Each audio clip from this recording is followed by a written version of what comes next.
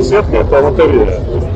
Можно в середине где-то остаться, потому что нарваться на хорошего тяжелого соперника в начале. Тайнов победил Цорьева, но проиграл Арсену. Арсен Хачатурян чуть не выиграл Богословова.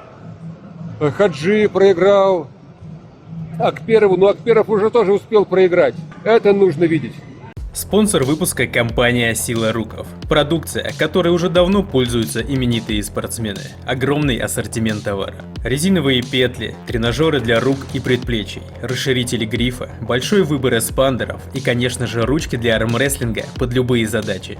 Ручки на лямках, ручки с различными насадками, цилиндр, конус, эксцентрик и многими другими. Блоки, приставки к столу и, конечно же, сами столы для армрестлинга. Продукцию компании Сила Руков можно заказать на сайте silarukov.rf. Есть доставка по России. Также у компании Сила Руков есть канал на YouTube, группа ВКонтакте и оффлайн-магазин в Москве. Добро пожаловать! Все ссылки на наших друзей мы оставляем в описании к видео. Уже как 2 недели прошло с турнира AMC, который прошел во Владикавказе, но разговоры о нем все не утихают. И мы решили сделать для вас еще один выпуск об этом, не побоюсь этого слова, грандиозном событии. Кто не смотрел наши предыдущие выпуски, обязательно посмотрите.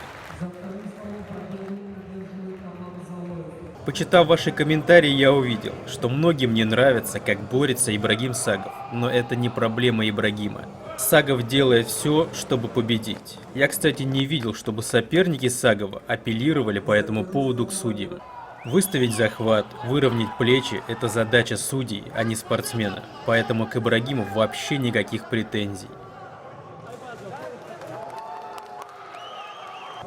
И, кстати, Ибрагиму Сагову сразу после завершения турнира поступило предложение побороться с американцем Тоддом Хатчинсоном. Там будут другие судьи, и сможет ли Ибрагим использовать свое коронное движение при более педантичном выставлении – большой вопрос. А как вы думаете, друзья, кто победит в этом противостоянии? Напишите в комментариях. Честно, Ибрагима техники ко всем мы более-менее понимаем, Ибрагима что-то новое, надо тренироваться. Да, мне сетка вообще как бы неинтересно. Просто я как бы любому здравомыслящему спортсмену говорю, если у тебя будет выбор сетки и арфайт, ты что выберешь? Ну, все арфайт, понятно, арфайт более престижный. И как-то все-таки интереснее готовиться на одного соперника, чем на много, да? И опять же, сетка — это лотерея. Можно в середине где-то остаться, потому что нарваться на хорошего тяжелого соперника в начале. Я согласен с Денисом, что в сетке не всегда решает только хорошая подготовка. Ты можешь вообще выйти к столу и проиграть по фолам, даже не поборовшись. Например, как Валерий Бязров в 65-й категории.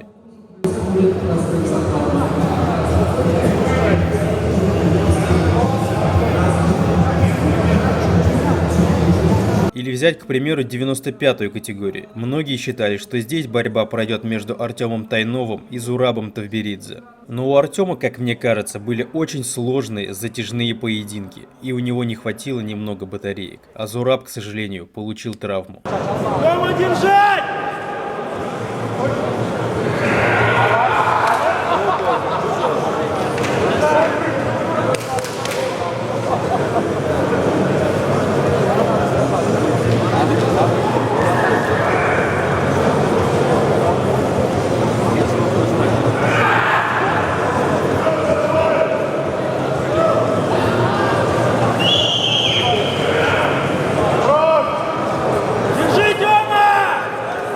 В итоге в финал вышли Арсен Хачатурян и Сергей Богословов.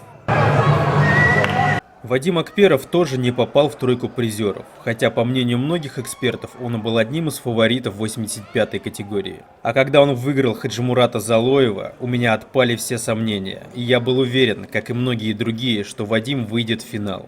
Но на первое место пьедестала почета поднялся Сармат Дегуров, который в тяжелом поединке одолел очень сильного грузинского атлета. Но в этом и весь смак, когда все поединки конкурентны и непредсказуемы. Ты можешь зарубиться со своим соперником так, что на остальные поединки тебя не хватит. А твой соперник может закончить свою схватку и быстро выйдет на тебя свежим. С каждым разом конкуренция на MC будет только возрастать, и просто так заработать денег на этом турнире никому не удастся. Ну что ж, будем ждать нового турнира и новых чемпионов. Может быть, когда-нибудь организаторы AMC подумают над тем, чтобы включить в регламент проведения турнира пару категорий для спортсменов-инвалидов. А пока, уже 12 августа мы проводим турнир «Стальные руки», где будут армфайты среди людей с ограниченными возможностями. Соревнований с хорошими призами для здоровых людей достаточно много, чего не скажешь о соревнованиях среди инвалидов.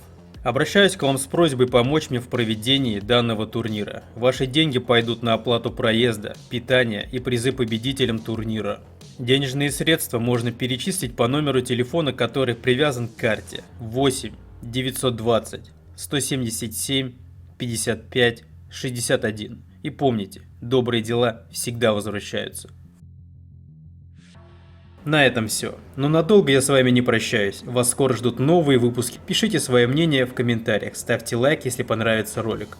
И не забудьте поделиться этим видео у себя на страничке в соцсетях. Это важно. Для вас работал чемпион мира по пара-армрестлингу Зинатуллин Руслан. Озвучил ролик на безвозмездной основе Берсеркер Курбанов Эрик.